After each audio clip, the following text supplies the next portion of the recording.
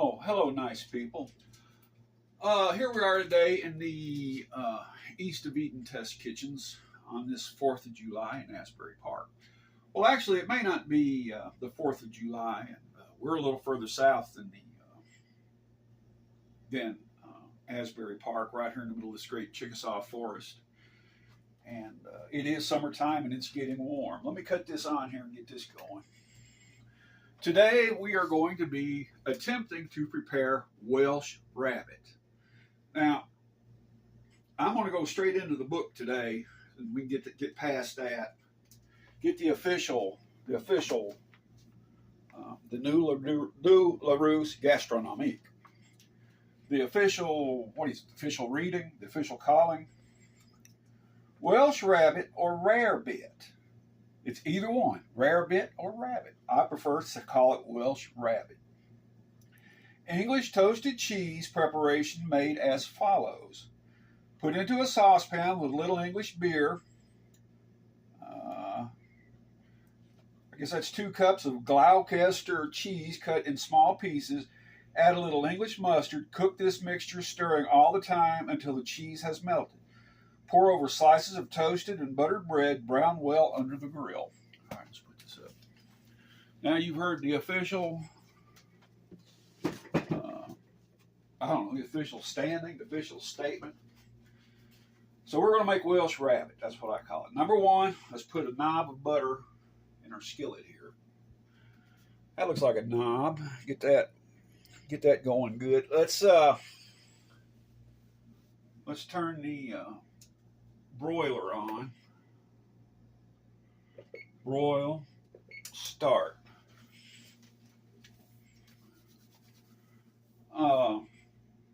Got to melt our butter. We're going to start getting our toast ready. Now, this has always been a favorite dish of mine. And I've known about it ever since I was not very old. But if you look, there was old silent films. I know there's one. I don't know how many there are. Called something about the dreams of the Rarebit fiend, and it's this fella in a saloon, restaurant, however it was back in silent era days, and he's just gobbling this stuff and gobbling it, and just more and more, and it's running all over him. He's just devouring this Welsh Rabbit. Washing it down with big tankards of ale. Then he staggers out into the street and he starts hallucinating. And that always kind of intrigued me. All right, we're going to go ahead and get our toast, a little butterish here, that we're going to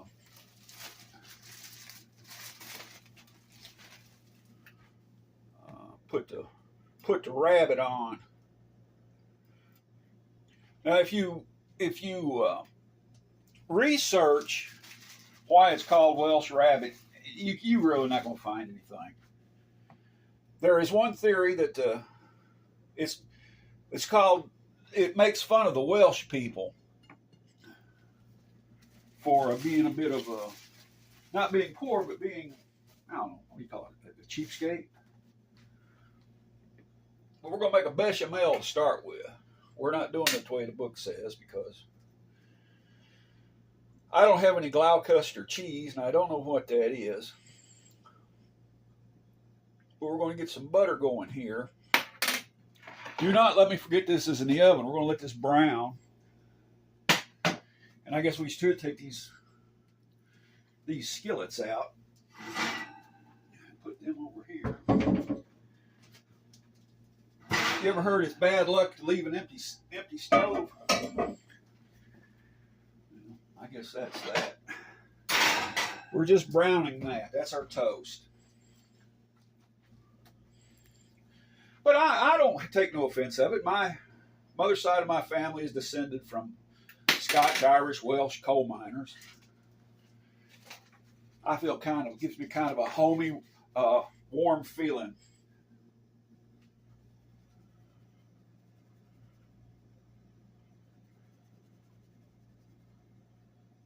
Calling it the Welsh.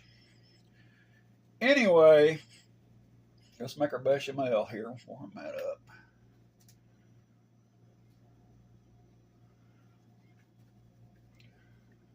I would say that's enough of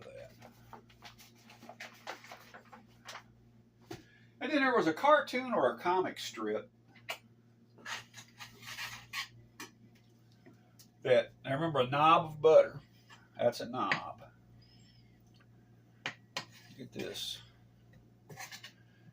Get this situated here.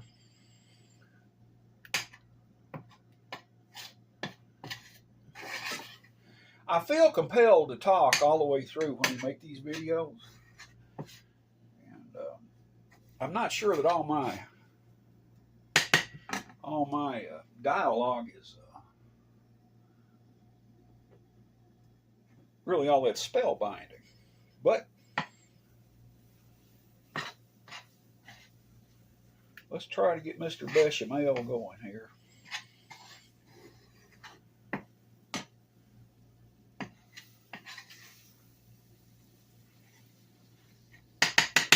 But now, speaking of which,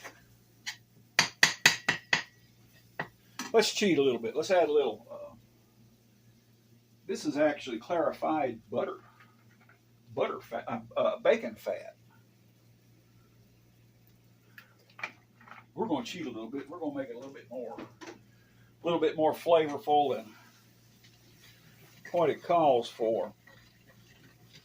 After all, when you cook something, you're the one's going to eat it. So,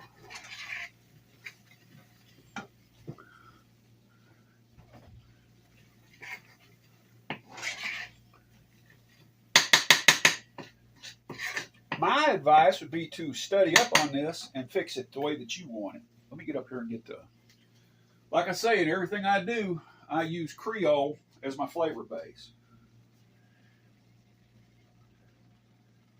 Whatever flavor you're going for, Creole's got it, or Cajun has got it covered.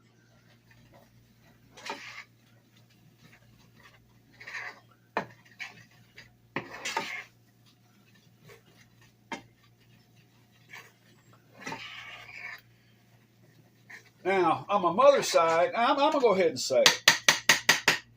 We're descended from hillbillies. They don't like it. They don't like me to say that, but they are genuine, deep in Appalachia hillbillies. And I spent a lot of time up there when I was younger. Of course, that was my mother's people. So she wanted to go home a lot. She had, I think, 7 sisters and 4 brothers. So there was always a lot of them. Big families up there. Well, up there in the hills. Of course, my father's people are from Tennessee here. Oh, let's open up this B row.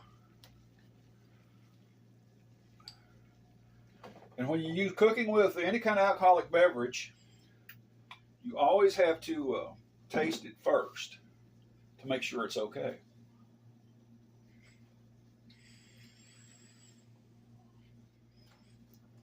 And that's okay. Here we go. The toast is toastified. There we go. Look at that. That's going to be our... We don't want this getting too brown. Let's cut this way back. Let's add some B-row into this.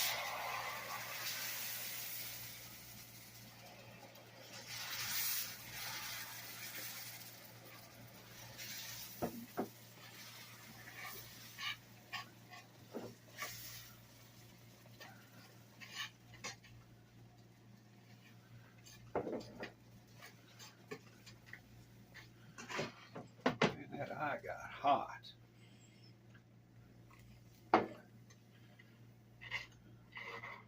We're going to add us a little touch of crushed cayenne red pepper. We can get into it.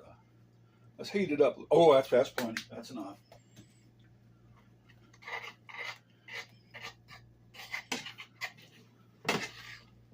What?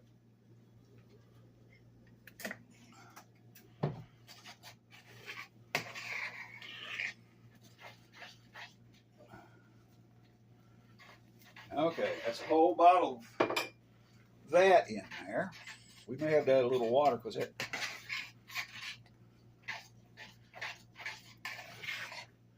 that flour is drinking that up. Okay, let's add a little Worcestershire. Give it a little added flavor enhancement. Now, what I was getting at is my mother and father were country people. A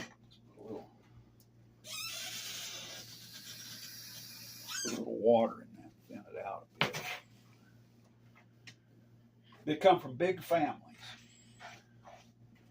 So naturally, we always had people staying with us. And I guess my grandparents were glad to get rid of them. They always had extra people. And some of my mother's family come stay with us. Now here's the thing you run into. You got prepared mustard, horseradish, that's a brown mustard, and it calls for a little squirt of mustard for flavor. But I'm opting for the Dijon because I just like to flavor that a little bit better. You're going to give it just a little. Let's clean off this spigot here of old mustard residue. You always want to shake your mustard because it'll separate and you squirt out a big thing of water. You see that? That's enough. Okay, let's get that whooped.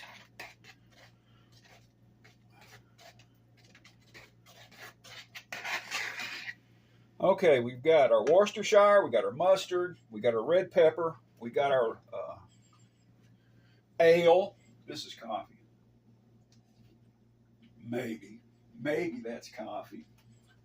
So you need one more thing. You say, where's the cheese? Because let me tell you, it calls for a big honking piece of cheese. And what we've got is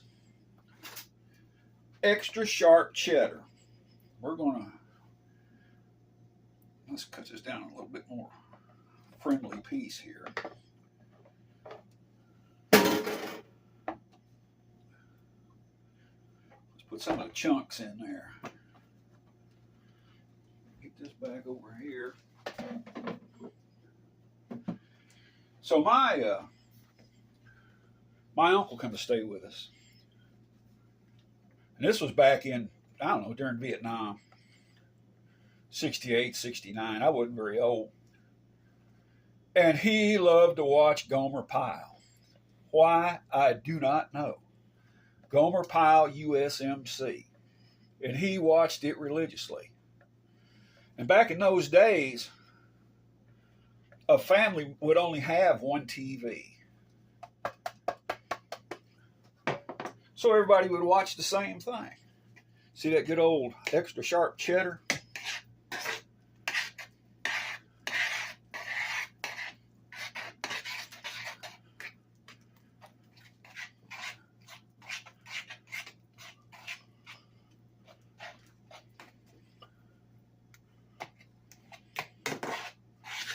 And he watched Gomer Pyle like it was a religion.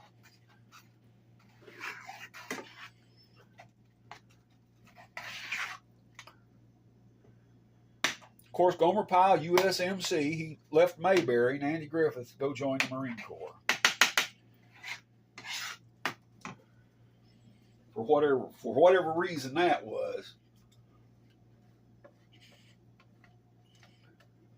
And I've got my doubts that the Marine Corps was actually really like Gomer Pyle. It does not align with my military experience. But be all that as it may,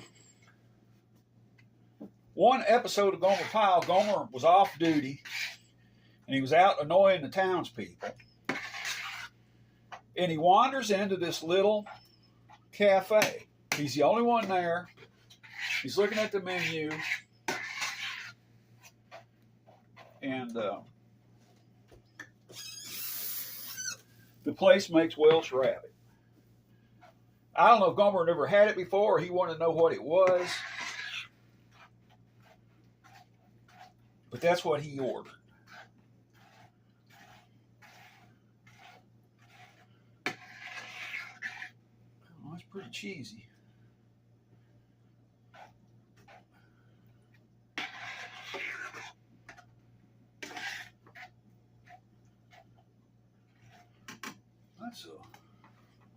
Let's salt that a bit.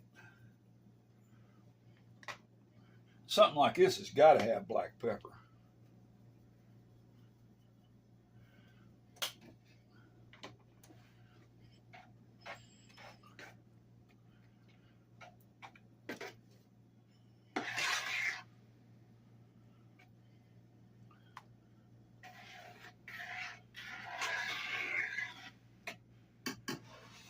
All right, let's.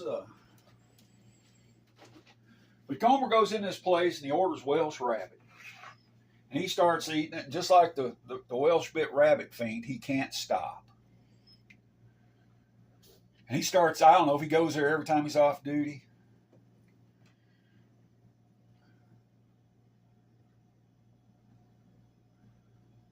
So he starts eating the rabbit, the Rarebit.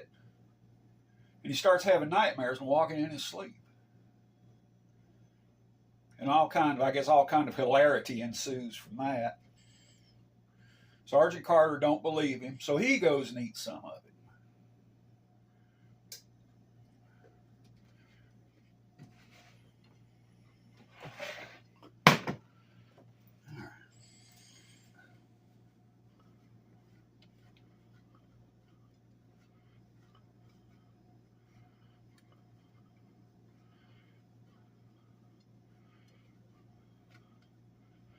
Now this grater can be your friend or it can be your enemy. I use it and I enjoy using it. But it will bite you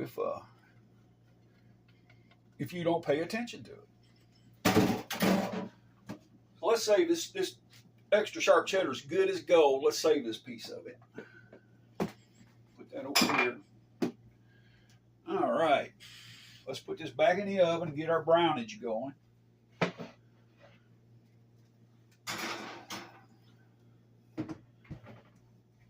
Let me put the butter back up.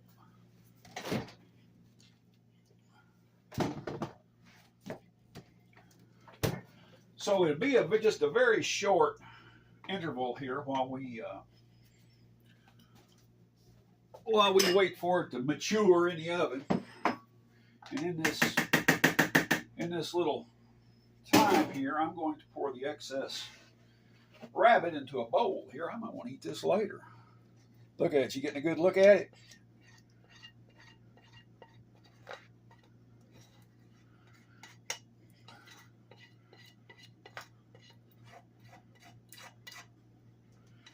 Put that back up there. Let me put the mustards back up. The mustard's back in the mustard area.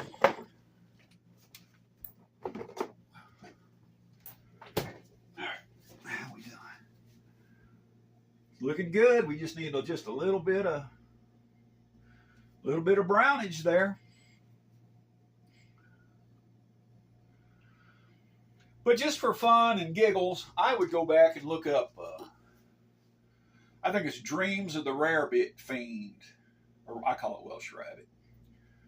And there's an old silent movie you might look up. You find that episode of Gomer Pyle. Take a look at that.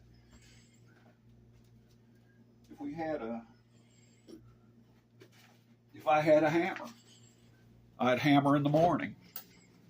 Let's put that up.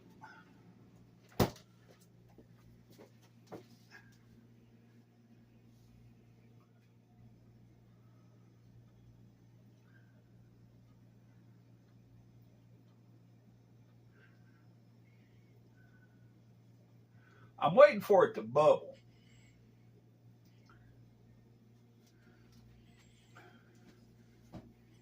Let's take a look at it. Let's see what we got here. Well, anyway, it's something like this. It can